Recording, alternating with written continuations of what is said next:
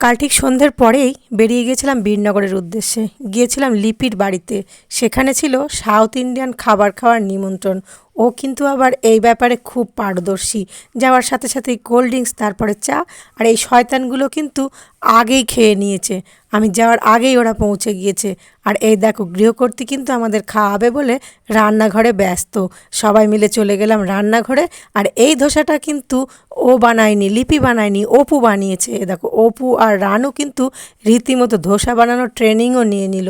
দেখো, অপু কিন্তু ধোসা বানাচ্ছে, আবার রানুও কিন্তু খুব সিরিয়াসভাবে ধোসা বানালো। তারপরে এদিকে টেবিলও তৈরি, টেবিলে সব কিছু গুছিয়েও দিয়েছে, অনেক আইটেম, ইডলি, ধোসা, চাটনি, তরকারি আর সাম্বার ডালও চলে এসেছে। সকলের পাতে পাতে সার্ভও করা হচ্ছে। এই দেখো, ধোসাটা কিন্তু গরম গরম আসছে বলে একটু দেরি হচ্ছে। এই দেখো, আমার পাতেও কিন্তু গরম গরম ধোসা চলে এলো।